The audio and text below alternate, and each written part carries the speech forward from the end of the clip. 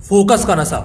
ये वो नशा है जो अगर किसी को हो गया ना तो एक दिन उसे वो सब हासिल हो जाएगा जो उसे चाहिए। ठीक इस लड़के अरुण कुमार की तरह। दोस्तों, इस लड़के के बारे में जब आप सुनोगे ना तो आपके रोंगटे खड़े हो जाएंगे एंड आप ये भी सीख जाएंगे कि फोकस कैसे किया जाता है। एक 14 साल का लड़का साइकिल की दुकान पर चैन ठीक करता तो कभी पंचर ठीक करता। 2-2 रुपए कमाने के लिए घंटों तक उस साइकिल के गैराज पर काम करता। किसी एक को भी 1% की भी उम्मीद नहीं थी कि उस लड़के के जीवन में कभी कुछ बदलेगा, सिवाय खुद उस लड़के के। हर कोई जब उस गैराज में अपनी साइकिल रिपेयर कराने आता तो कई दफा उस लड़के से बड़ी बदतमीजी से पेश आया करता। उसको बच्चा समझकर कुछ हरामी लोग उसके पैसे भी काट लिया करते, जिस वजह से वो मालिक की गाली खाता वो अलग से।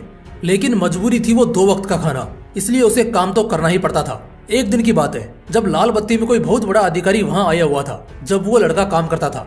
दरअसल वो एक स्कूल के उद्घाटन के विषय में आए थे। उस लड़के को कुछ नहीं पता था कि यह अधिकारी कौन है, कहाँ से आए हैं, इनका क्या लेना देना है और ये क्यों आए हैं। बस एक चीज जो वो बहुत अच्छे से गौर कर रहा था वो था कि लोग उसकी बड़ी इज्जत कर रहे थे। कोई उसके सामने ज्यादा बोल नहीं रहा था, बल्कि सब उसको सरसर करके बात कर रहे थे। उसने अपने दिमाग में एक बात सोची कि यार, एक ये साहब है जिनके आने मात्र से पूरी की पूरी बस्ती ऐसे व्यवहार कर रही है जैसे ये कहीं का राजा हो, और एक तरफ मैं हूँ जो इतने शांति से अपना काम करता हूँ, किसी को परेशान भी नहीं करता, तब भी लोग मुझे गालियां देते हैं, 4 बातें सुनाते हैं। खैर, उस रात वो लड़का सो नहीं पाया। वो सारी रात बस यही सोचता रहा कि मेरे साथ ऐसा क्यों हो रहा है, मुझ में और उस आदमी में क्या फर्क है। मैं तो जबकि लोगों के काम आता हूँ और वो तो गाड़ियों में आता है। उसे अपने सवाल का जवाब नहीं मिल पा रहा था।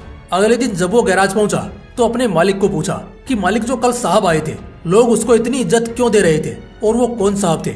इस पर गैराज का मालिक बोला, तुझे क्या है, तुझे क्या करना है। लेकिन उस लड़के के 2-3 बार पूछने पर उस मालिक ने बताया, कल डीएम साहब आए थे स्कूल के उद्घाटन के लिए। इस पर उस लड़के ने फिर से जिद करके पूछा, लेकिन ये डीएम कैसे बनते हैं। वो गैराज का मालिक बोला, उसके लिए बहुत पढ़ना पड़ता है, बहुत विद्वान होना पड़ता है, उसके लिए बाज की नजर और ऋषि मुनियों जैसा फोकस चाहिए होता है। ये बात उस लड़के के दिमाग में छप जाती है। वो लड़का शाम को घर जाता है और लगभग आधी रात तक जागकर बस यही सोचता है कि इस जिंदगी से उस जिंदगी तक का सफर वो कैसे तय करेगा। वो पैसे बचाता है और पैसे बचा बचाकर वो अपने लिए किताबें खरीदता है और किसी तरह अपनी पढ़ाई शुरू करता है। एक सरकारी स्कूल के माध्यम से वो पढ़ता और रात को काम करता। उसका लक्ष्य उसके दिमाग में एकदम साफ था कि चाहे जो हो जाए डीएम तो बनकर रहूंगा। वो लड़का अब 21 साल का हो चुका था और पिछले 7 सालों में ऐसा एक भी दिन नहीं था जिस दिन उसके दिमाग में डीएम बनने के अलावा दूसरा कुछ भी आया हो। उसे बस 21 साल की उम्र तक पहुंचने का इंतजार था कि वो बस अपना ग्रेजुएशन जैसे तैसे खत्म करे और एग्जाम में बैठने के लायक हो जाए। उसके पास अब 1 साल बचा था तैयारी करने को। उसने इतने पैसे जुटा लिए थे कि अगर अगले 6 से 8 महीने वो काम ना भी करे तब भी उसका खर्च चल जाएगा। अगले 6 से 8 महीनों के लिए वो पूरी तरह अपने डीएम बनने के सपने को दे देता है। पहला महीना वो रगड़ कर मेहनत करता है। वो खूब मेहनत करता है, दिन रात सिर्फ और सिर्फ पढ़ता रहता है। 3 और महीने बीतते हैं। वो सिर्फ 1 वक्त का खाना खाता और बाकायदा पूरा दिन सिर्फ और सिर्फ अपने किताबों से चिपका रहता। जैसे जैसे उसका एग्जाम नजदीक आ रहा था उसके पढ़ने के घंटे भी बढ़ते जा रहे थे। इसी तरह 4 महीने बीत चुके हैं। तभी अचानक एक रात वो अपनी पढ़ाई खत्म करके जैसे ही चटाई बिछाकर सोने की तैयारी कर रहा होता है कि उसे उसी वक्त चक्कर आ जाता है और वो गिर जाता है। अब भला उस गरीब को देखने वाला कौन होगा, इसलिए वो बेचारा खुद ही 1-2 घंटे बाद जब होश में आया तब खुद को संभालते हुए उठता है और फिर जो थोड़ा खाना बचा था उसे अपने लिए परोसता है। खाने के लिए उसने अभी पहला निवाला रखा ही था कि तभी उसको उल्टी हो जाती है। सारी रात वो उल्टी करता रहता है। अगली सुबह जैसे तैसे थोड़ा सो लेने के बाद जब उसकी आंख खुलती है तब उसका पेट हल्का दर्द करना शुरू करता है। वो कुछ समय के लिए इसे नजरअंदाज करता है और रोज की तरह अपना काम करता है। फ्रेश होकर पढ़ाई करने बैठता है।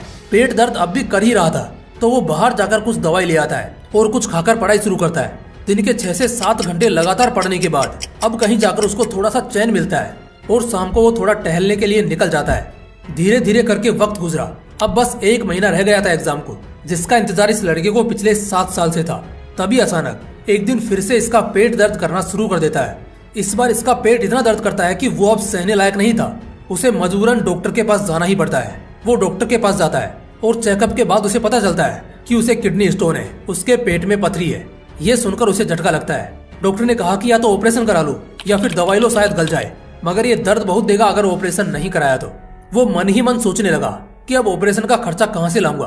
कुछ पैसे बचाए हैं जो अगर इसी में लगा दिए तो अगले 1 महीने खाऊंगा क्या और एग्जाम कैसे निकालूंगा। बस इन्हीं सब बातों को दिमाग में रखकर वो अपने घर लौटता है। वो बस भगवान से इतनी दुआ करता है कि बस कम से कम 1 महीने तक उसे कोई दिक्कत ना हो ताकि वो अपनी पढ़ाई अच्छे से कर सके।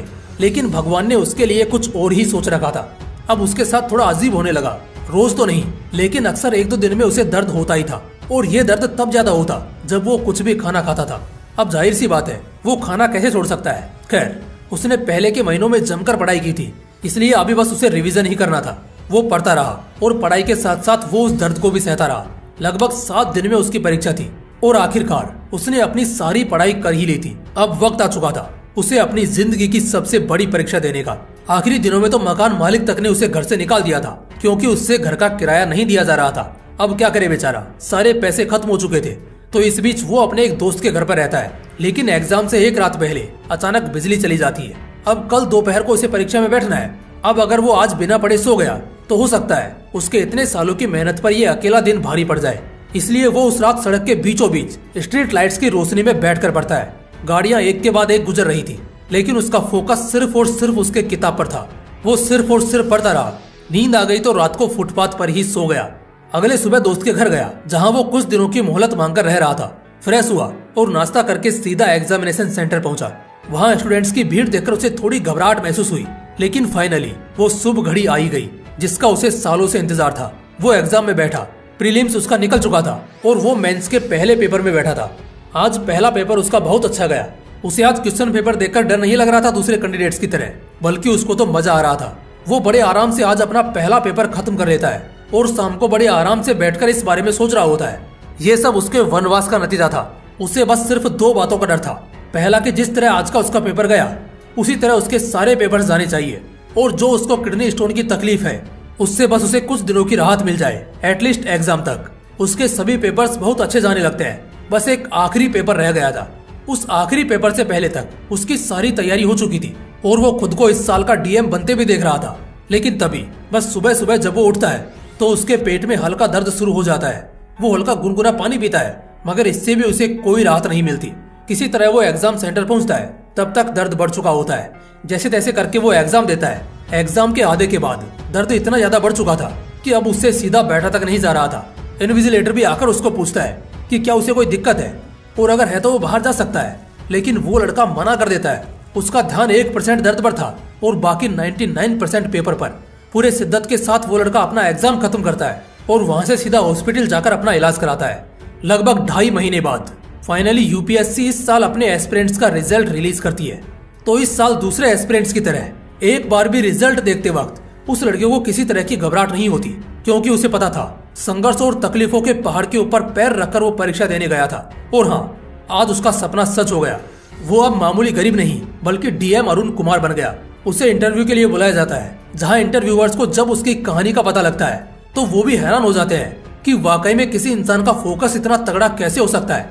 उस बंदे को यूथ क्लब की तरफ से इंटरनेशनल फेस्ट में बुलाया जाता है, जहां वो कहता है दर्द हो, तकलीफ हो या मौत आ जाए, अगर फिर भी तुम्हारा ध्यान तुम्हारी मंजिल से ना हटे तो ब्रह्मांड खुद तुम्हें जिताता है।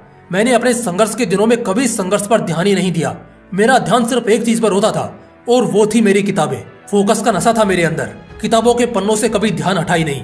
अगर उम्र की शक्ति नहीं होती तो शायद मैं 21 की उम्र से पहले ही यूपीएससी निकाल कर दिखा देता। दोस्तों, इस पूरी कहानी में अगर देखोगे ना तो सिर्फ एक चीज निकल कर सामने आएगी, और वो है उस लड़के का फोकस, जो इतना तगड़ा था कि उसके पतरी का पेन भी उसका फोकस नहीं तोड़ पाया। मकान मालिक ने घर से भगा दिया, लेकिन सड़कों की गाड़ियों तक ने उसका ध्यान नहीं तोड़ा। उसको फोकस का नशा लग गया था, और जब ये नशा किसी को लगता है ना तो वो चट्टानों को भी अपने सामने झुकाने की ताकत रखता है। दोस्तों, उसके पास तो कुछ नहीं था, ना घर, ना परिवार, ना पैसे, ना सुविधाएं, लेकिन फिर भी उसका ध्यान अपने लक्ष्य से हटा नहीं, टूटा नहीं। तुम्हारे पास तो सब कुछ है, साला ध्यान इतना तगड़ा होना चाहिए कि सामने बवंडर की लहर भी निकल जाए, लेकिन जिस भी चीज पर ध्यान होना उससे हटना नहीं चाहिए। अगर ऐसा फोकस का नशा आपको भी चढ़ा ना तो फिर किसी का बाप भी आपको कामयाब होने से नहीं रोक पाएगा। दोस्तों, अगर वीडियो अच्छा लगा, इससे आपको कुछ सीखने को मिला, तो इसे एक लाइक करना और अपने दोस्तों के साथ जरूर शेयर करना। बाकी फिर मिलते हैं इसी तरह के एक और बवाल वीडियो के साथ। जय हिंद, जय श्री कृष्ण।